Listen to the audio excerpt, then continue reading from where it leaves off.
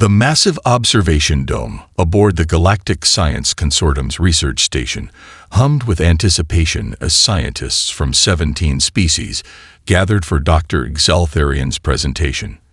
The senior xenobiologist stood before them, his four-armed silhouette outlined against the swirling nebula visible through the transparent ceiling. "Esteemed colleagues," Dr. Exaltharian began, his voice translator modulating to the perfect pitch for the mixed audience. "What we discovered 3 cycles ago on the uninhabited moon, designated KX 397, will fundamentally change our understanding of precursor civilization." He gestured with his upper right hand, and the dome darkened. Holographic displays illuminated the space, showing a structure of impossible architecture embedded within the moon's southern hemisphere. Intricate geometric patterns covered its surface, materials unknown to current science comprising its foundations. "Undeniable precursor origin," murmured senior researcher Vol, her feathered crest rising in excitement. The energy signatures matched the fragments discovered in the Cygnus Reach. Dr. Exaltharian's 4 eyes blinked in sequence, a sign of agreement in his species. "Indeed. But unlike those fragments, this structure is intact and, remarkably, still active." The hologram zoomed in, revealing interior scans of labyrinthine passages that twisted in ways that seemed to defy spatial logic. Data scrolled alongside the image. Radiation readings, gravitational anomalies, atmospheric composition. "We've confirmed this is a crucible," Dr. Exaltharian explained. "Historical records mention these testing grounds, but none have been found intact until now. The precursors created them as ultimate proving grounds for emerging sentient species." Senior researcher Val's feeding tendrils curled in agitation. "You neglect to mention that those same records indicate no species has ever survived even the outer chambers. The precursors designed these facilities to be universally lethal." Murmurs spread through the assembled scientists. A Novalex physicist raised his crystalline appendage. For what purpose would an advanced civilization create such deadly architecture? Dr. Exaltharian's skin shifted to a contemplative blue. "Our translation matrix has partially deciphered the inscriptions at the entrance. They suggest the crucible was designed to identify worthy inheritors of precursor knowledge." "Worthy by what measure?" asked Vol. "The ability to survive impossible conditions." "Precisely," Dr. Exaltharian said, his tone betraying unusual excitement. "Which brings me to our opportunity. The human delegation arrives tomorrow for our cultural exchange program." The room fell silent. Everyone present understood the implication. "You cannot seriously suggest sending a human into the crucible," protested Director Krell of the Ethics Division. "Even for Deathworlders, this would be a death sentence." Dr. Exaltharian displayed a new set of data, comparative physiological charts showing human adaptations against those of other known species. Humans evolved on a Class 12 death world. Their biochemistry handles toxins that would kill most sentients. Their skeletal structure withstands pressures that would crush even hardened exoskeletons. Their neural systems adapt to trauma in ways our medical science still struggles to comprehend. The room erupted in objections. Sending anyone into a crucible crossed ethical boundaries established since the founding of the consortium. Dr. Exaltharian raised all 4 hands for silence. "We will be transparent about the dangers. Mostly, the human representatives include a specialist with both scientific credentials and survival training. Let's see if these humans are truly as remarkable as their survival on Earth suggests." Director Krell's eye stalks narrowed. "And if they're not?" "Then we learn the limits of Deathworlders," Dr. Exaltharian replied, "and continue observing the crucible from a safe distance." The gathered scientists dispersed, divided between ethical concerns and undeniable scientific curiosity. None noticed the transmission indicator blinking on Dr. Exaltharian's personal console, a priority message from the Evolutionary Advancement Committee. "Proceed with Deathworlder trial.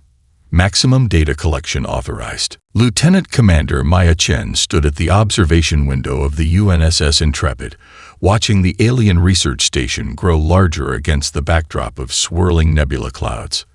The structure resembled a silver lotus blossom, its gleaming petals housing different research divisions of the Galactic Science Consortium. Her reflection in the polished glass showed a woman of compact build with keen eyes and black hair pulled into a regulation bun. "Beautiful, isn't it?" Captain Rodriguez joined her at the window, his weathered face serious despite the casual comment. "And potentially dangerous." Maya nodded. Their communication patterns changed dramatically after they discovered whatever this artifact is. The frequency and encryption level of their transmissions suggests something far beyond routine research. Rodriguez handed her a data tablet. Intelligence analysis agrees. They'd been sending urgent messages throughout the sector, including to several military installations, and now they've specifically requested you, a xenoanthropologist with Tier 1 combat qualifications. Not exactly the profile for a standard cultural exchange, Maya said, studying the official invitation. Her eyes narrowed at the carefully worded description of a unique research opportunity. She'd spent enough time around alien species to recognize deliberate vagueness. The next morning, Maya sat in the consortium's briefing amphitheater, watching Dr. Exeltharian's presentation with practiced neutrality. The four-armed xenobiologist manipulated holographic displays, showing a structure of impossible architecture embedded within a barren moon.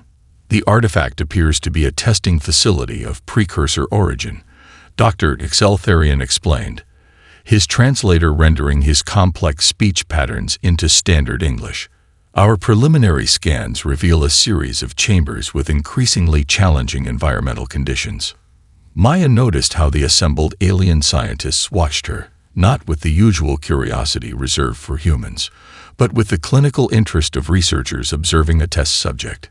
Her instincts, honed through years of special forces training before her academic career, signaled danger. "You believe no one has survived entering this structure," Maya interrupted, her voice cutting through the carefully rehearsed presentation. "Yet you invite me to try." The room fell silent. Dr. Exeltharian's skin flushed amber, embarrassment in his species. "We believe a human might succeed where others failed," he admitted after a pause. "Your species survived conditions that would exterminate most sentient life. Earth's gravity, radiation levels, pathogenic diversity, and predatory ecosystems would kill most of the species represented in this room within hours. So I'm your lab rat," Maya said without accusation, simply stating a fact. Senior researcher Val stepped forward, her feathered crest flattened in what Maya recognized as a gesture of respect. "You would be our greatest hope of understanding technology lost for 50,000 years. The scientific value is incalculable." Maya studied the holographic rendering of the artifact. Something about its configuration reminded her of the caves she explored during survival training in Borneo, where every beautiful formation potentially concealed deadly hazards. Her analytical mind began noting structural patterns, potential defensive features, and extraction routes. "I'll do it," she said, surprising even herself with the decision. "But I want direct neural feeds to both your team and my ship. Whatever I discover belongs to humanity first, then the consortium." Dr. Exeltharian's four eyes blinked in rapid sequence. Excitement. "Agreed. We've prepared specialized equipment for your expedition." As the briefing concluded, Maya caught Captain Rodriguez's concerned glance from the back of the room. She gave him a subtle nod, their prearranged signal that she was proceeding with full awareness of the risks. Later, as technicians fitted her with monitoring devices, Maya mentally reviewed her survival training. Whatever waited inside that artifact had killed other explorers. But then, they hadn't grown up on Earth, a planet that had spent 4 billion years trying to kill its dominant species, inadvertently creating the perfect survivors in the process. The moon's surface stretched before Maya in desolate gray, pockmarked with ancient impact craters. The artificial structure rose from this lifeless landscape like an impossibility, geometric perfection amid cosmic chaos. Its entrance towered 15 meters high, a perfect arch carved from material that seemed to absorb rather than reflect light.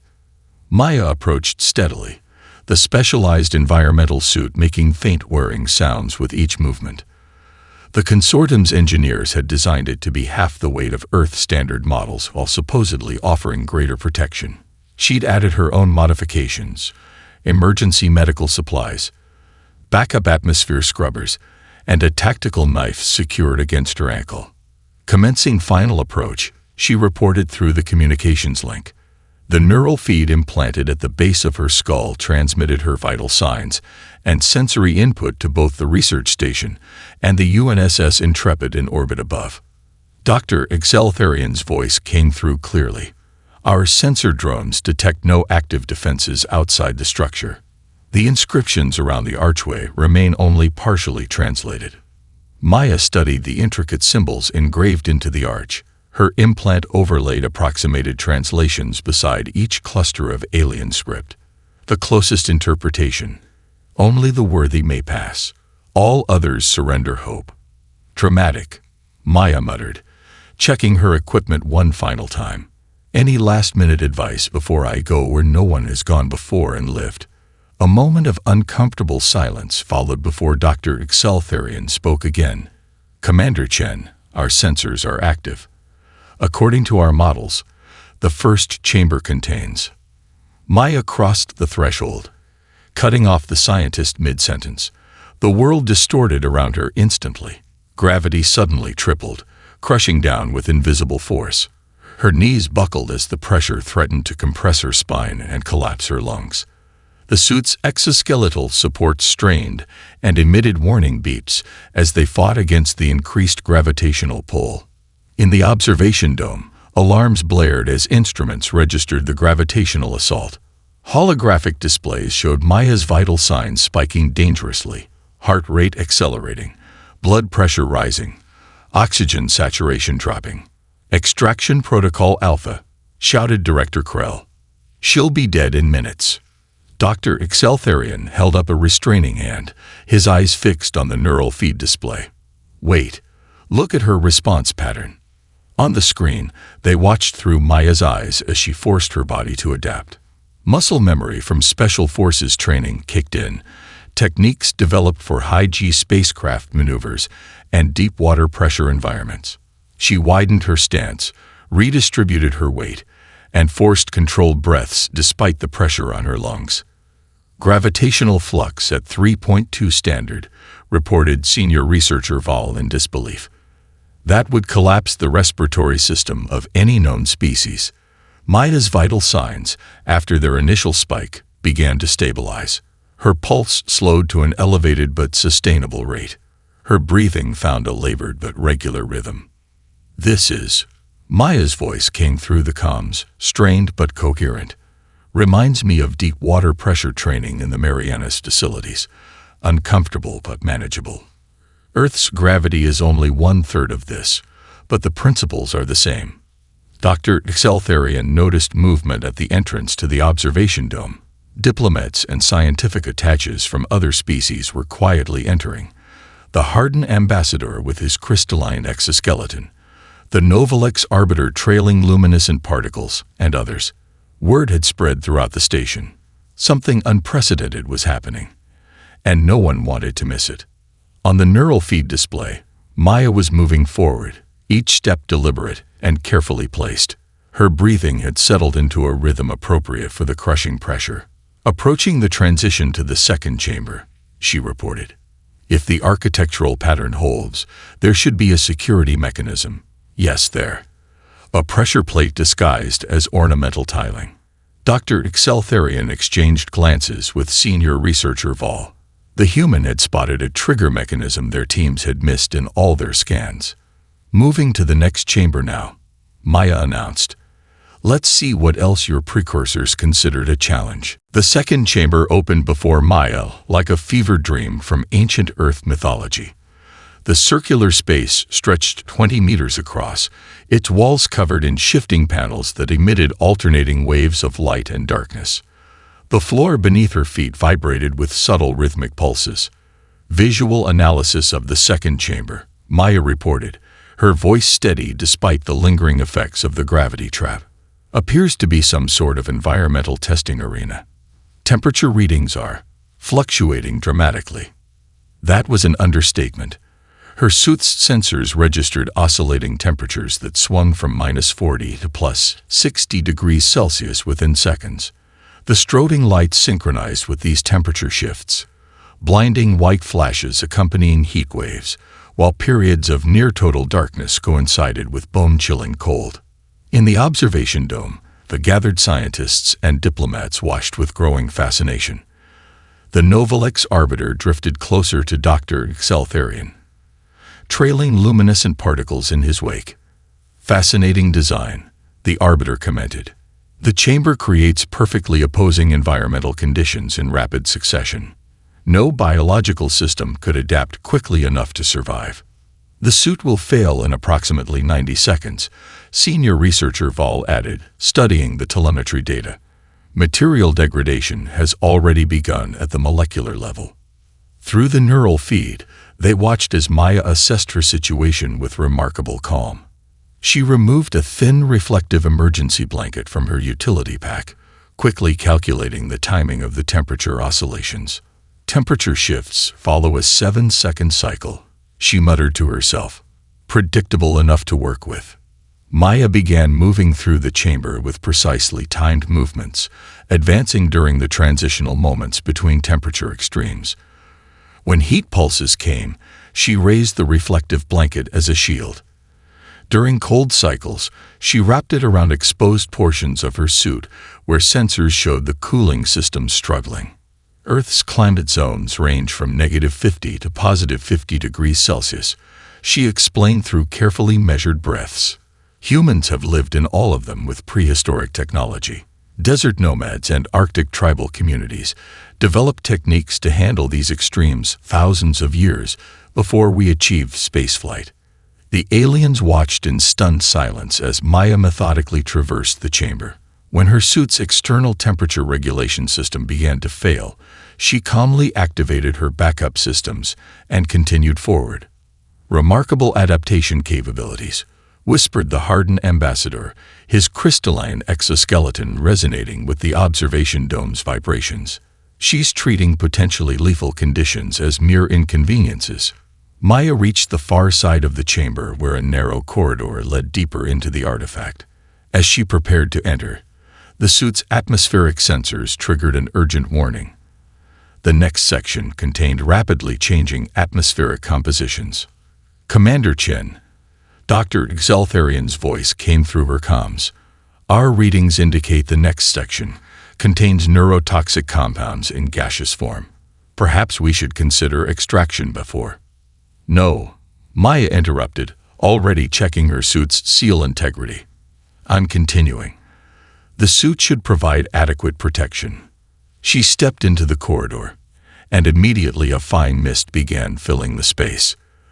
The suit's external sensors identified a complex compound designed to target synaptic functions, a neurological agent engineered to overload and shut down neural pathways. Maya sealed her helmet completely, but the readout showed a microscopic breach in her left glove. Before she could apply sealant, a droplet of the mist touched her exposed skin. In the observation dome, alarms blared. The neural feed displayed Maya's biochemical readings, showing the toxin entering her bloodstream. "Immediate extraction," Director Krell ordered. "We're losing her." Dr. Exaltharian raised a hand for silence, his eyes fixed on the ongoing data stream. Rather than showing neural degradation, Maya's readings indicated active detoxification processes. Her liver enzymes were systematically breaking down the compound's molecular structure. "Our ancestors spent millions of years eating plants that evolved toxins specifically to kill us," Maya commented, unaware of the sensation she was causing. "We developed robust detoxification systems, useful when sampling unknown alien cuisines or walking through death traps." Ambassador Krell of the Ventari Dominion leaned toward Dr. Exaltharian. "Your human has been inside for 47 minutes. Your prediction was 7. What else have you underestimated about these creatures?" 4 hours into her expedition, Maya navigated through increasingly treacherous sections of the artifact. She had passed through corridors where microwave radiation would have cooked most species from within, zones where oxygen molecules were systematically stripped from the air, and passages where the very atomic structure of matter became unstable. Each challenge tested a different aspect of human physiology or adaptive capability. Each time, the watching aliens expected failure. Each time, Maya found a way forward. Now she stood before an intricately carved door that marked the entrance to the central chamber. Ancient symbols pulsed with subtle illumination, responding to her presence. The neural feed transmitted her elevated heart rate and the slight tremor in her hands, not from fear, but from the accumulated physical strain of the journey. The door configuration suggests this is the central chamber, Maya reported, her voice hoarse from the exertion of the previous challenges. Symbology matches what we've seen at the primary entrance, but with additional glyphs that translate roughly to final worthiness determination. In the observation dome, the crowd had grown to include representatives from nearly every species aboard the research station. The neural feed displayed on the central holographic projector showed Maya's perspective as she studied the doorway.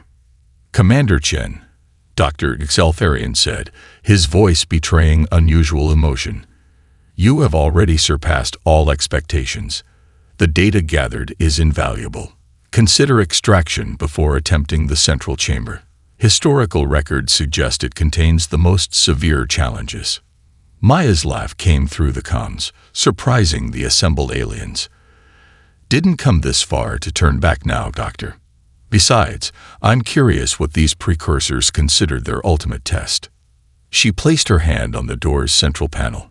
The ancient mechanism activated, and the massive door raised open to reveal a perfectly spherical chamber with a small pedestal at its center. As Maya stepped inside, the true test began. Gravity shifted unpredictably, one moment crushing her downward with 5 times Earth's pull, the next flinging her toward the ceiling in near-zero gravity, then sideways in a disorienting lateral shift. Her suit's radiation alarms screamed as energy waves across the electromagnetic spectrum bombarded her from all directions. Maya stumbled, caught herself against the wall, and fought to maintain orientation as her inner ear struggled with the gravitational chaos. Most insidious were the psychological attacks that activated the moment she entered. The chamber released hallucinatory compounds combined with subsonic frequencies targeting the amygdala, triggering primal fears. Maya saw the faces of fallen comrades from past military operations, heard the voices of family members in distress. For the first time since entering the artifact, she faltered. "This is," she gasped, falling to one knee as gravity intensified, more challenging. In the observation dome, Dr. Exeltharian watched with scientific fascination and newfound respect. The medical team prepared emergency extraction protocols, certain that even this remarkable human had reached her limit. Through the neural feed, they could detect the hallucinations Maya experienced, nightmare visions constructed from her own memories and fears. Any rational species would be incapacitated by the combination of physical and psychological assault. Maya closed her eyes, controlling her breathing through sheer force of will. The observers heard her whisper something, a memory from childhood climbing expeditions with her grandfather in the Himalayas. "The mountain doesn't care about your pain. Either you adapt or you die." When she opened her eyes again, something had changed. Her neural patterns showed a shift in activity from the emotional centers to the analytical regions of her brain. She began to detect patterns in the gravitational shifts, subtle mathematical sequences that could be predicted. The radiation followed similar cycles. The hallucinations could be countered by focusing on sensory input from her extremities, a meditation technique taught in Special Forces training. "Adaptation is humanity's superpower," she said, rising to her feet despite the crushing gravity. With deliberate movements, she began timing her approach to the central pedestal, moving between gravitational pulses, shielding herself from radiation bursts with pieces of fallen debris.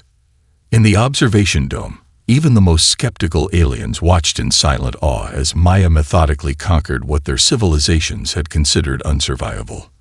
When she reached the pedestal and placed her hand upon it, the chaos suddenly stopped. The chamber transformed around Maya. The hostile environment dissipated as though it had never existed. Soft, amber light emanated from the walls, creating an almost peaceful atmosphere. The pedestal beneath her hand hummed with energy that resonated up her arm and through her body in waves that felt strangely familiar, almost like the rhythm of a human heartbeat. Holographic displays ignited the air, filling the spherical chamber with symbols and images depicting star systems, biological structures, and mathematical equations of staggering complexity. At first incomprehensible, the patterns began to organize themselves as though responding to her neural patterns. "Something's happening," Maya reported, her voice steady despite her exhaustion. "The chamber is reconfiguring itself. The artifact is scanning you," Dr. Exeltharian replied, watching unprecedented data flood their systems. "It's adapting its interface to match your cognitive architecture." In the observation dome, technical specialists struggled to process the torrent of information streaming through the neural feed. Holographic displays showed Maya's brain activity spiking in patterns never before recorded in human subjects. "The complexity of this data exceeds our highest theoretical models," senior researcher Vol whispered. "This is not just a test, it's a transmission." The symbols surrounding Maya shifted, becoming recognizable as an archaic form of language with structures reminiscent of Sanskrit and Proto-Indo-European. Maya's linguist training activated as she recognized patterns and began forming tentative translations. "This isn't a trap," she realized aloud, the wonder evident in her voice. "It's a filter, a test to find species capable of surviving extreme conditions." Images flowed around her, records of an ancient civilization that had evolved on a planet with punishing gravity, lethal radiation levels, and aggressive ecological systems. A species that had been forged through millions of years of evolutionary pressure into something resilient beyond conventional understanding. "They were like us," Maya breathed, understanding dawning. "The precursors evolved on a death world." The central pedestal opened like a blooming flower, revealing a crystalline object the size of a human fist. It pulsed with inner light that synchronized with Maya's heartbeat. As she reached for it, the artifact spoke, not in sound, but directly to her mind. "After 100,000 years, a worthy successor emerges. You evolved on a world like ours, forged in adversity, tempered by struggle. What lesser species call a death world, we call the crucible of greatness. Take this key, child of Earth. Your journey has just begun." Maya lifted the crystal, which glowed brighter at her touch, threads of luminescence tracing the veins in her hand as though recognizing her biology at the molecular level. In the observation dome, the gathered scientists and diplomats fell into stunned silence as the translation matrix rendered the artifact's message. Dr. Exeltharian's skin turned pale white, the color of profound revelation in his species. "The precursors," he whispered, "were Deathworlders." Ambassador Krell's mandibles clicked in agitation. "Impossible. Advanced civilizations evolve on stable worlds with favorable conditions. This contradicts all established evolutionary theory. Yet the evidence is before us." The Novalex arbiter countered, gesturing toward the neural feed display. "The human matches the biological parameters the precursors establish for their successors. Their worlds shape them similarly." Dr. Exeltharian studied the data flooding their systems, genetic markers, neural architecture, biological adaptations, and saw the undeniable parallels between human physiology and what they now knew of precursor biology. Both evolved redundant organ systems, robust cellular repair mechanisms, and highly adaptable nervous systems, all responses to environmental pressures that would have killed most sentient species before they developed intelligence. "We've been wrong," Dr. Exeltharian admitted, his scientific objectivity overcoming his cultural biases. "We classified death worlds as evolutionary dead ends, too harsh to produce advanced civilizations. Instead, they may produce the most resilient species in the galaxy. Through the neural feed, they watched as Maya carefully secured the crystal in a specialized containment field. The artifact had gone dormant again, its purpose fulfilled after millennia of waiting. "Commander Chen," Dr. Xeltharian called through the comms, "you have made the most significant discovery in consortium history. Please proceed to the extraction point. There are many who wish to speak with you." Maya emerged from the artifact carrying the crystal, her environmental suit damaged but functional. A medical team waited at the extraction point, prepped for emergency treatment. Instead, they found her exhausted but alert, vital signs stable despite having endured conditions that should have been universally fatal. Captain Rodriguez pushed through the assembled consortium personnel. "Commander, are you all right?" The concern in his voice was evident, though his expression remained professionally neutral. "I'm fine, Captain," Maya replied. Carefully transferring the crystal to a containment field generator Rodriguez handed her. "Though I could use about 12 hours of sleep and a proper meal." The extraction shuttle ascended to the research station, where an unexpected reception awaited. The main docking bay teemed with representatives from dozens of species, all straining for a glimpse of the human who had achieved the impossible. Security personnel from both the consortium and Earth's diplomatic corps formed a protective corridor. Dr. Xeltharian met her at the airlock, his normally composed demeanor replaced by barely contained excitement. "Commander Chen, you've made the most significant discovery in galactic history. The crystal you carry appears to be a key to precursor knowledge, designed to activate only for species with specific genetic and neurological characteristics." Maya nodded tiredly. "It showed me visions, star maps, technology beyond anything we've imagined, and warnings about something waiting beyond the galactic rim." She looked at the crystal, now glowing with a subtle pulse that matched her heartbeat. "It's synchronized to human biology. I don't think anyone else can access its contents." The diplomatic fallout began immediately. In the consortium's grand conference chamber, representatives from 32 spacefaring civilizations gathered in emergency session. The Haxeri Imperium's ambassador, his carapace gleaming with ceremonial oils, stood to address the assembly. "The precursor artifact must be placed under consortium control," he insisted. "Its technology represents the shared heritage of all civilized species." Ambassador Vrock of the Ventari Dominion countered immediately. "The artifact has chosen its inheritors. We propose a joint research initiative led by human specialists, with consortium oversight." From the shadows at the rear of the chamber, a representative of the Elshire conclave spoke, voice resonating with harmonics that made the universal translators struggle. "Both the human and the artifact should be quarantined until we understand the full implications. The precursors vanished for a reason. Perhaps we should heed that warning." Maya observed the debate from a side chamber where a team of human scientists had established a preliminary research station around the crystal. Captain Rodriguez entered, accompanied by Admiral Joe of Earth's diplomatic corps, who had arrived via emergency shuttle. "It's becoming a political nightmare out there," Admiral Joe said without preamble. "Every major power wants access to what you found." Maya gestured to the crystal, which dimmed when anyone but her approached it. "It doesn't matter what they want. The crystal responds only to human neural patterns. We're willing to share discoveries, but the artifact has chosen humanity as its custodian." Admiral Joe nodded grimly. "That's essentially the position I've been instructed to take. The Security Council is unanimous on this point, possibly for the first time in history."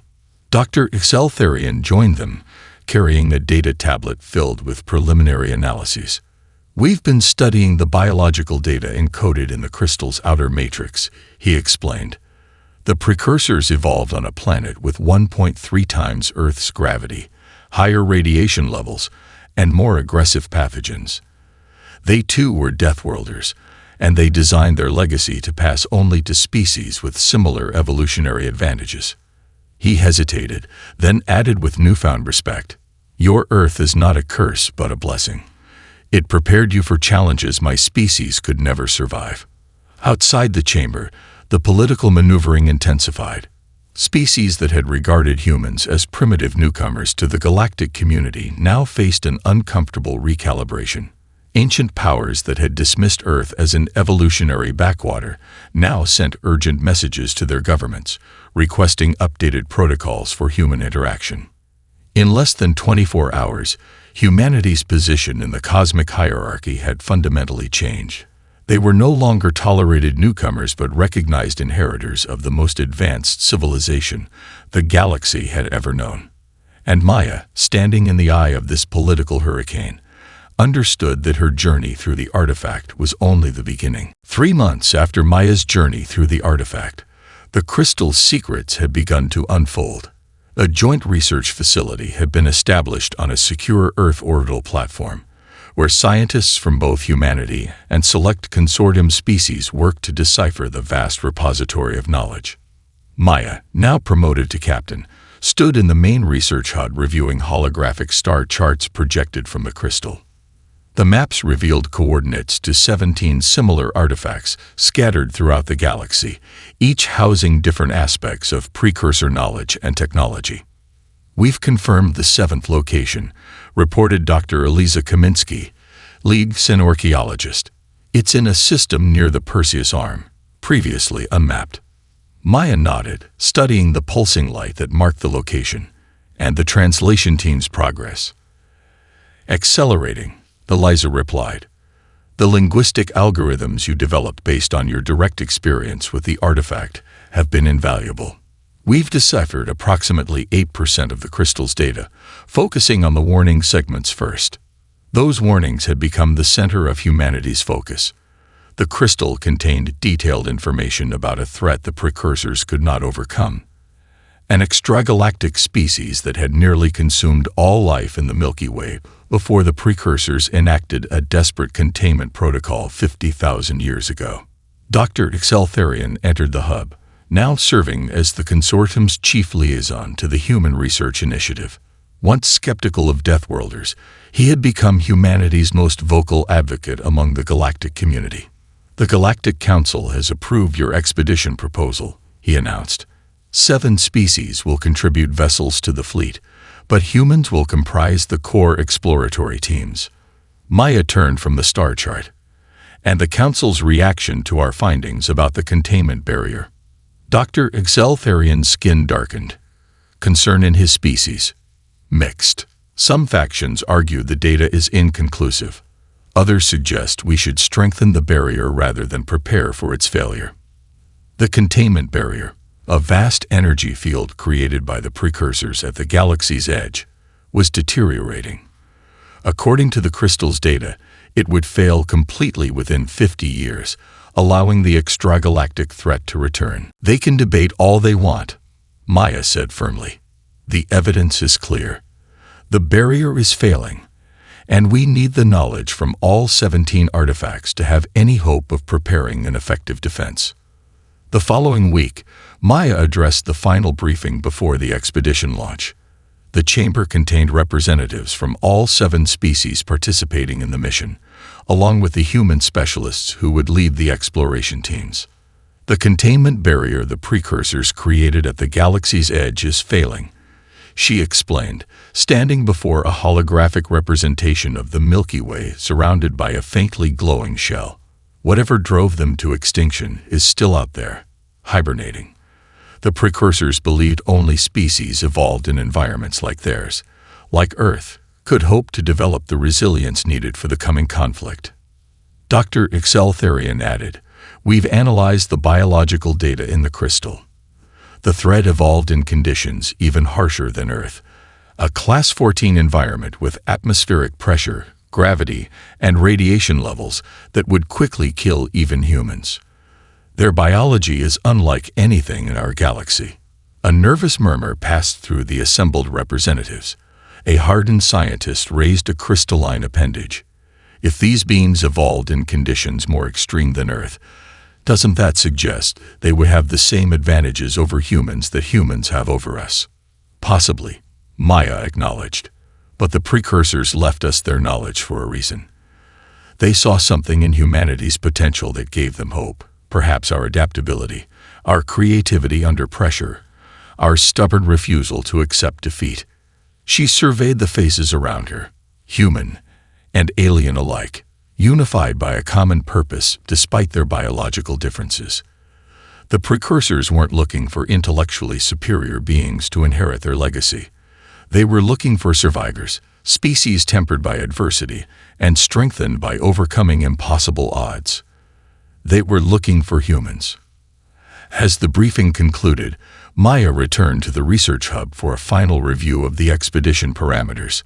Through the observation window, she could see Earth shining blue and vibrant against the blackness of space. For millions of years, her species had viewed their homeworld as a challenging, often harsh environment. Now they understood it had been preparing them all along for a greater purpose. In the consortium's grand hall, a new monument stood, a holographic Earth rotating serenely, with words in 17 languages beneath it. From the harshest worlds come the strongest allies. The dedication plaque bore a simpler message: that which tries to kill you makes you stronger if you survive. Humanity had survived, and the galaxy would need every advantage that survival had earned them for the challenges that lay ahead. End.